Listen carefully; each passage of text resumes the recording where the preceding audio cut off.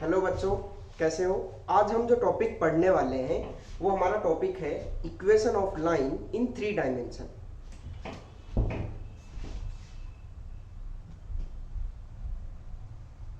Equation of line in 3D। अब देखो, हमने इक्वेशन ऑफ लाइन पहले 11th क्लास में 2D में पढ़ी थी, स्ट्रेट लाइन। अब वहां पे और यहाँ पे केवल इतना ही डिफरेंस होगा कि 11th में जब हमने पढ़ी थी तब हमारे पास क्या होता था, केवल 2 ही डायमेंशन, मतलब हम ब्लैक बोर्ड पे पूरा चलते थे। अब जब हम 11 अभी 12th में जो 3D में पढ़ते हैं वहां पे क्या होगा, हमारी लाइन जो होगी वो 3 डायमेंशन में चलने वाली है। जैसे 11th में पढ़ा था कि लाइन ड्रॉ करने के लिए मिनिमम 2 रिक्वायरमेंट होती हैं, जैसे स्लोप पॉइंट हो गया या 2 पॉइंट हो गया। वैसे सेम 3D में जो हमारा स्लोप था वो किससे रिप्लेस हो जाता है, डायरेक्शन से या कोई भी पैरेलल वेक्टर से। और सेकेंड चीज जो है वो हमें पॉइंट दिया होगा सामने वाले ने, या हो सकता है सामने वाला 2 पॉइंट दे दे, तो उस टाइप से हमें कंडीशन दी होगी। तो जो हमारा फर्स्ट फॉर्म हम पढ़ेंगे कि equation of line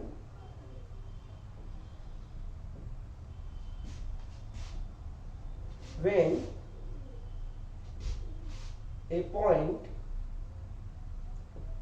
and direction of line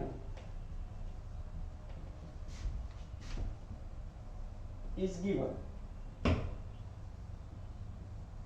हमें कोई भी लाइन है उसके ऊपर एक पॉइंट दिया होगा और हमें लाइन की डायरेक्शन दी होगी। डायरेक्शन देने का मतलब सामने वाला या तो तुम्हें लाइन के पैरेलल कोई भी वेक्टर दे सकता है, लाइन के डायरेक्शन रेशियोज दे सकता है, कोई भी फॉर्म में तुम्हें एक पॉइंट दिया होगा और एक क्या दी होगी, डायरेक्शन।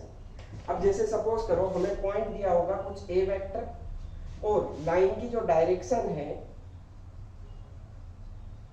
वो हमें दी होगी बी वेक्टर। ये हमें क्या दी, गिवन है पॉइंट। अब देखो हमारे पास 3 डायमेंशन में x, y और z एक्सिस। अब यहाँ पे देखो कोई भी एक लाइन है हमारी जिसके ऊपर हमें इसकी डायरेक्शन में कोई भी एक b वेक्टर दिया और इसके ऊपर हमें क्या दिया हुआ है, एक पॉइंट a। अब ध्यान से देखो होता क्या है कि 3D में जब हम पढ़ते हैं तो 2D में हमारे पास क्या होता था, इक्वेशन की बात जब भी आती है हमारे दिमाग में आता है x, y, वेरिएबल, वो सब। जब हम 3D में पढ़ेंगे तो हमारा जो वेरिएबल होगा, अगर हम यहाँ पे वेक्टर फॉर्म में बातें कर रहे हैं तो यहाँ पे क्या होगा, जो वेरिएबल होता है वो भी एक वेक्टर होगा कि नहीं। तो यहाँ पे जो हमारा वेरिएबल वेक्टर होता है जो हम लाइन पे सपोज करेंगे वो हमारा होता है आर वेक्टर। अब आधे से ज्यादा बच्चे ये आर वेक्टर की वजह से घबरा जाते हैं कि ये जो आर वेक्टर ये है क्या। ये हमारा सेम वही है जो काम हम एक्स वाई करता था लीनियर में। वहां पे अगर 2D में जो हम x, y सपोज करते थे, सेम हमारा क्या है, आर वेक्टर। मतलब इक्वेशन में तुम्हें आर ढूंढने की जरूरत नहीं है, हम जो आंसर लिखेंगे वो आर के फॉर्म में लिख सकते हैं। अब ये हमारा पॉइंट हो गया। अगर हम पॉइंट्स को नाम दे दे तो इसको ए नाम दे दे और इसको क्या नाम दे दे, पी। तो यहाँ पे देखो हम सबसे पहले एपी वेक्टर निकाल सकते हैं।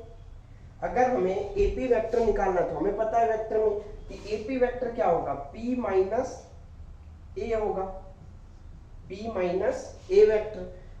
p क्या है हमारा, R vector, minus A vector क्या होगा, स्मॉल ए वेक्टर। तो ये हमारा क्या हो गया, एपी वेक्टर हो गया कि नहीं। अब यहाँ पे हमें क्या चाहिए, हमारे पास जो पॉइंट, डायरेक्शन और ये सब है इनका हमें आपस में रिलेशन चाहिए ताकि आर के फॉर्म में हमें कोई ना कोई एक इक्वेशन मिल सके। अब यहाँ पे सोचो एपी वेक्टर कहाँ पे है, ए से पी पे चले जाओ। बी वेक्टर कहाँ पे है, लाइन की डायरेक्शन या लाइन के पैरेलल दिया होगा, तो ये दोनों आपस में क्या होंगे, पैरेलल। यानी कि हमारा जो एपी वेक्टर है वो क्या है, पैरेलल है बी वेक्टर के। और अगर कोई 2 वेक्टर आपस में पैरेलल है तो वो क्या होंगे, सेम प्रोपोर्शन में। यानी कि अगर एक ए है तो उसके पैरेलल वाला 2a, 3a है, उसका कोई ना कोई मल्टीपल होगा। तो यहाँ पे हमारा जो एपी वेक्टर है वो हमारा क्या होगा, समथिंग मल्टीपल ऑफ, जिसको हम क्या नाम देते हैं, लेमड़ा या के, कुछ भी नाम दे सकते हो, lambda times of B vector. अब एपी वेक्टर क्या हमने पहले ही निकाल लिया था, R minus A vector equal to lambda times of B. अब यहाँ पे देखो R minus A equal to lambda B, तो यहाँ पे अगर ए को उस साइड भेज दें तो ए प्लस लेमड़ा टाइम्स ऑफ क्या हो जाएगा, बी। अब ये जो हमारी इक्वेशन आई है इसको हम बोलते हैं vector equation of A line. इसको हम क्या बोलते हैं, vector equation of A line.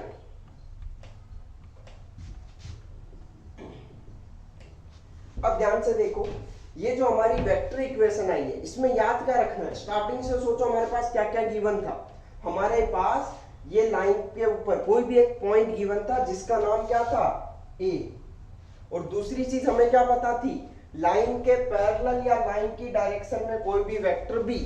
तो ध्यान से देखो, ए और बी क्या थे, हमारा पॉइंट और डायरेक्शन। तो अब यहाँ पे देखो, अगर हमें कोई लाइन की इक्वेशन पूछेगा तो हमको क्या याद रखना है, लाइन की इक्वेशन होती है a plus lambda times of b, जहां पे a हमारा क्या है, पॉइंट, a हमारा क्या है, पॉइंट, और b हमारा क्या है, डायरेक्शन। b हमारा क्या है, डायरेक्शन। तो अगर हमें सामने वाला पॉइंट देगा, डायरेक्शन देगा, तो हम आराम से लाइन की इक्वेशन लिख सकते हैं, क्या होगी, a प्लस लेमडा b। अब यहाँ पे ये लेमड़ा की टेंशन नहीं लेनी है तुमको कि सोचोगे सर लेमड़ा क्या होगा। लेमड़ा कोई भी नॉन जीरो नंबर हो सकता है। यहाँ पे जो लेमड़ा है वो कोई भी नॉन जीरो नंबर होगा। क्यों, क्योंकि हमने यहाँ पे पढ़ा था एपी जो है समथिंग मल्टीपल ऑफ बी होगा, तो समथिंग होगा, तो यहाँ पे लेमड़ा क्या नहीं हो सकता, जीरो। तो ये जो है हमारी लाइन की इक्वेशन में लेमड़ा कुछ भी हो, हमें कोई नहीं फर्क पड़ेगा, हम आंसर लेमड़ा के फॉर्म में रखेंगे। आर जो है, आर फाइंड करने के बारे में नहीं सोचना, आर इक्वेशन है, इक्वेशन में वेरिएबल रहते हैं। तो जो हमारा स्ट्रेट लाइन में एक्स वाई रहता था इक्वेशन में, वैसे ही यहाँ पे आर तुम्हारा रहेगा। तो आर की और लेमड़ा की टेंशन नहीं लेनी, तुम्हें क्या होना चाहिए कि हमारा पॉइंट क्या होगा, हमारा डायरेक्शन क्या होगी। अगर हमें पॉइंट और डायरेक्शन पता चल गया तो आंसर में केवल यहाँ पे पॉइंट रख दो plus lambda times of direction रख दो। जैसे हम एक एग्जांपल के थ्रू इसको समझने की ट्राई करते हैं। जैसे हमें किसी ने क्वेश्चन पूछा,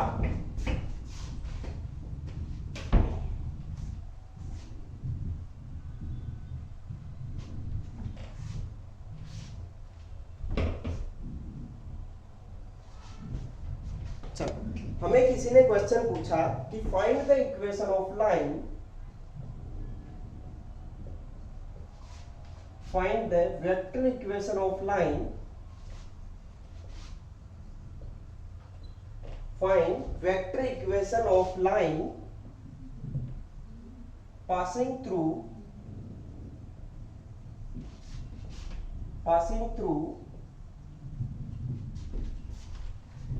I plus 2j minus 3k cap and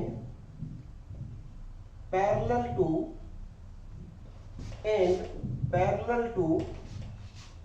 5i cap minus 2j cap plus 3k cap। हमें क्वेश्चन क्या पूछा है सामने वाले ने कि find the equation of line passing through the point i cap plus 2j cap minus 3k cap and parallel to the vector 5i cap minus 2j cap plus 3k cap। ध्यान से देखो, क्वेश्चन जैसे ही दिखता है तुम्हारे दिमाग में एक ही चीज आनी चाहिए कि सर ने वेक्टर इक्वेशन का फॉर्मूला क्या बोला था, R equal to A plus lambda B. तुम्हें केवल ए और बी पता करना, बाकी कुछ के बारे में नहीं सोचना।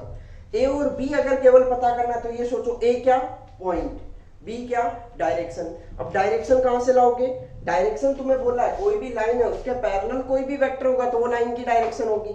तो तुम्हें ऐसा नहीं कि लाइन की डायरेक्शन नहीं लिख के देगा सामने वाला, अगर लाइन के पैरेलल कोई भी वेक्टर होगा कहीं पे भी होगा तो वो लाइन की डायरेक्शन होगी। तो यहाँ पे देखो इसने क्या दिया, जैसे ही हमने देखा कि यहाँ पे क्या दिया, पॉइंट, पॉइंट दिया तो उसको हम क्या लिख लेंगे कि ये हमें ए दिया हुआ है। ए कितना दिया है, i cap plus 2j cap minus 3k cap. दूसरा डायरेक्शन, डायरेक्शन चाहिए बी। यहाँ पे क्या बोल रहा है कि तुम्हारी लाइन इसके पैरेलल है, अगर लाइन इसके पैरेलल है तो ये क्या हो गया, हमारी लाइन की डायरेक्शन हो गई, मतलब ये हमारा क्या हो गया, बी वेक्टर। बी वेक्टर क्या होगा, 5i cap minus 2j cap plus 3k cap, ये हमारा हो गया डायरेक्शन। अब पॉइंट पता चल गया, डायरेक्शन पता चल गया, फॉर्मूला तुम्हें पहले से पता है क्या होता है हमारा, r equal to A plus lambda times of B. यहाँ पे r को कुछ नहीं करना है, तुम्हें पहले ही बोला आंसर में r हमेशा रहेगा वेरिएबल, a के बदले क्या लिख दोगे, i cap plus 2j cap minus 3k cap. पहले यहाँ पे क्या लिखोगे, point, plus lambda times of B में क्या लिख दोगे, ये जो यहाँ पे डायरेक्शन दी हुई है 5i cap minus 2j cap plus 3k cap, तो ये हमारा क्या हो गया a प्लस लेमडा बी की वैल्यू रखी, तो ये हमारी क्या आ गई लाइन की इक्वेशन। अब यहाँ पे तुम ऐसा सोचोगे कि सर हमारा वहां पे तो आता था स्ट्रेट लाइन में 2x plus 3y plus something ऐसा कुछ आता था, यहाँ पे क्या होगा, यहाँ पे तुम्हें वेक्टर इक्वेशन लिखनी है, तो यहाँ पे वेक्टर्स रहेंगे, r हो गया, लेमडा हो गया, ये सब ठीक है। अब देखो नेक्स्ट जो होती है फॉर्म, यहाँ पे ये तो एकदम सिंपल सबको समझ में आ गया, r इक्वल टू क्या, केवल a plus lambda b, a क्या होता है पॉइंट, b क्या होती है डायरेक्शन। अब देखो दूसरी जो हमारी फॉर्म होती है वो हमारी होती है कार्टेशियन फॉर्म। अब देखो कार्टेशियन फॉर्म में क्या होता है, कार्टेशियन फॉर्म में क्या होगा, तुम्हें लाइन पे जो पॉइंट दिया होगा वो हमारा 1, 2, 3 ऐसा फॉर्म में दिया होगा, और लाइन के डायरेक्शन रेशियोज भी जैसे तुम्हें बोल दिया 3, 2, 5, या वेक्टर फॉर्म में भी दे सकता है 3i cap 2j cap 5k cap, ठीक है। अब देखो अगर कार्टेशियन फॉर्म में चाहिए होगी लाइन, तो हम यहाँ पे क्या करेंगे, ये कार्टेशियन फॉर्म में अगर हमें लाइन चाहिए तो ये x axis, y axis, z axis, जो हमने पहले वाली चीज की थी उसको याद करने की ट्राई करो, ये a पॉइंट दिया है। अब a पॉइंट जो था पहले a वेक्टर था, अभी हम अगर कार्टेशियन में लिखते हैं तो ये x1, y1, z1 ऐसा पॉइंट दिया होगा, और जो हमें डायरेक्शन दी होगी वो कुछ क्या दी होगी, a i cap plus b j cap plus c cap k cap, और हम जो वेरिएबल पॉइंट लेंगे r वो हमारा होगा x, y, z। x, y, z लिखो या x i cap y j cap z k cap लिखो, तीनों क्या है सेम। अब ध्यान से देखो तुम्हें इसकी वेक्टर इक्वेशन पहले से पता है, अगर ये वेक्टर फॉर्म में होता तो हम आंसर क्या लिखते, ध्यान से देखो a प्लस लेमडा b जो हमें पहले से याद है, ठीक है। तो अब ध्यान से देखो उससे हम आगे बढ़ते हैं, उसी से हम इसको कन्वर्ट करेंगे। हमें r वेक्टर पहले से पता है, क्या होता है r a plus lambda b। अगर हमें इसको कार्टेशियन में लाना है तो r क्या होता है x, y, z, या फिर x i cap y j cap और z k कैप। तो r को हम रख देंगे x i cap y j cap और z k cap. a vector क्या है, x1, y1, z1 पॉइंट होगा हमारा, तो उसको हम क्या लिखेंगे x1 i cap, y1 j cap, z1 k cap, और उसके बाद लेमडा टाइम्स ऑफ क्या आएगा b में क्या आएगा a i cap, b j cap और c k कैप। अब ध्यान से देखो इसको अगर हम यहाँ पे लेमडा को अंदर मल्टीप्लाई करेंगे तो सबसे मल्टीप्लाई होगा, फिर हमें पता है एडिशन कैसा होता है, i वाला i वाले से ऐड होगा कि नहीं, j वाला j वाले से ऐड होगा, k वाला k वाले से ऐड होगा। तो यहाँ पे देखो ये कैसा दिखेगा, x1 उसके साथ क्या आएगा, लेमडा टाइम्स ऑफ a भी ऐड होगा कि नहीं, क्योंकि वहां पे भी i है, तो लेमडा a i कैप, फिर y1 j में plus lambda b j cap, और उसके साथ z1 plus lambda c k cap, x i cap, y j cap और z k कैप। अब ध्यान से देखो दो वेक्टर इक्वल दिए, दो वेक्टर इक्वल कब होते हैं, जब उनका i कैप, j कैप और k कैप वाले कोएफिशिएंट सेम हो, एक भी डिफरेंट हुआ तो इक्वल नहीं होते। तो यहाँ पे देखो i वाला i वाले के क्या होना चाहिए, इक्वल। अगर i वाला i वाले के इक्वल होगा तो x क्या होगा, x1 प्लस लेमडा a। अगर हम j वाला, ये दोनों इक्वल है तो j वाला क्या होना चाहिए, j वाले के इक्वल होना चाहिए j कैप, तो यहाँ पे क्या लिखेंगे y equal to y1 plus lambda b। अब z वाला भी ऐसे ही करोगे तो z equal to z1 plus lambda c। अब यहाँ पे देखो ये जो होती है इसको हम क्या बोलते हैं, पैरामेट्रिक इक्वेशन। अगर कोई हमें पूछ ले तो ये भी फॉर्म कहीं कहीं पे काम आती है, ये हमारी होती है पैरामेट्रिक इक्वेशन।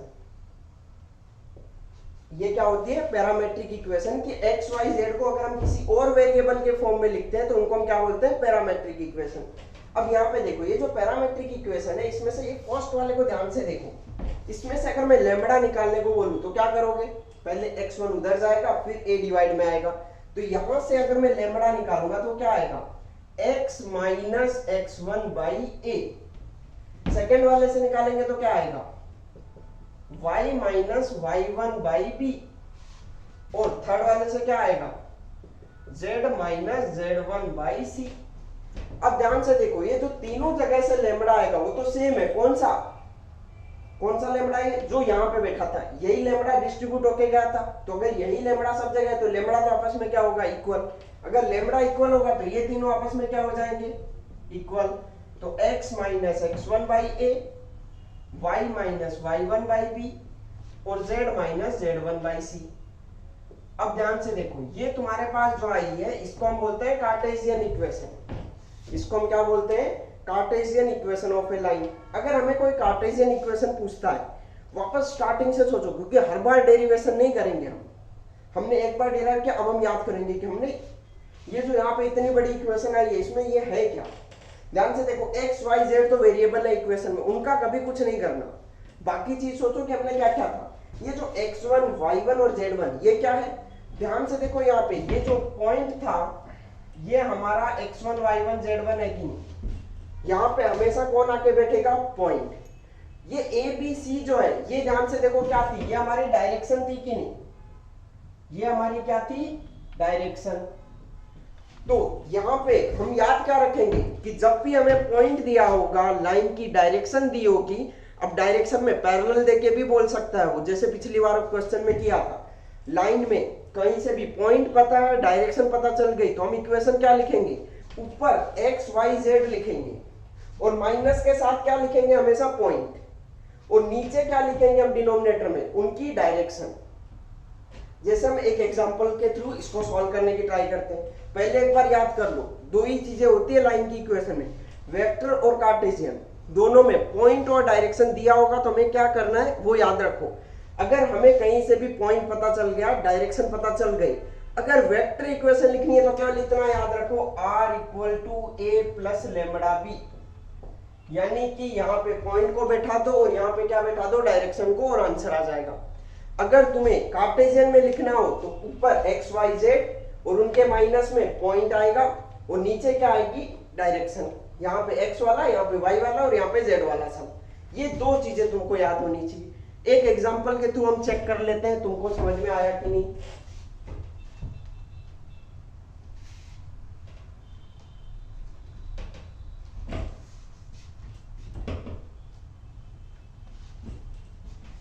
अब देखो, एक एग्जांपल दिया कि find the equation of line, find the equation of line passing through 1, 2, -1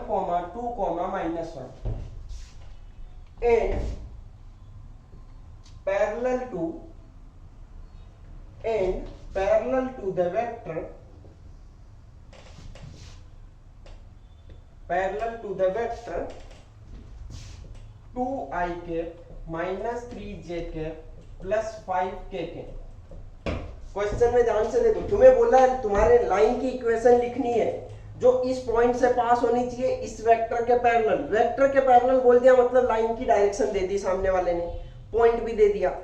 पूछ क्या सकता है, एमसीक्यू होगा तो ऑप्शन में क्या होगा, या तो वेक्टर इक्वेशन होगी या कार्टेशियन होगी। अगर वेक्टर पूछा तो दिमाग की खिड़की में क्या खुलेगा, पॉइंट और डायरेक्शन आ गया, तो वहां पे क्या आएगा, r equal to A plus lambda B. A क्या था, पॉइंट, बी क्या है, डायरेक्शन। तो अगर वेक्टर पूछी तो r equal to A plus lambda B, तो क्या लिखोगे, r इक्वल टू ए मतलब पॉइंट, पॉइंट क्या है।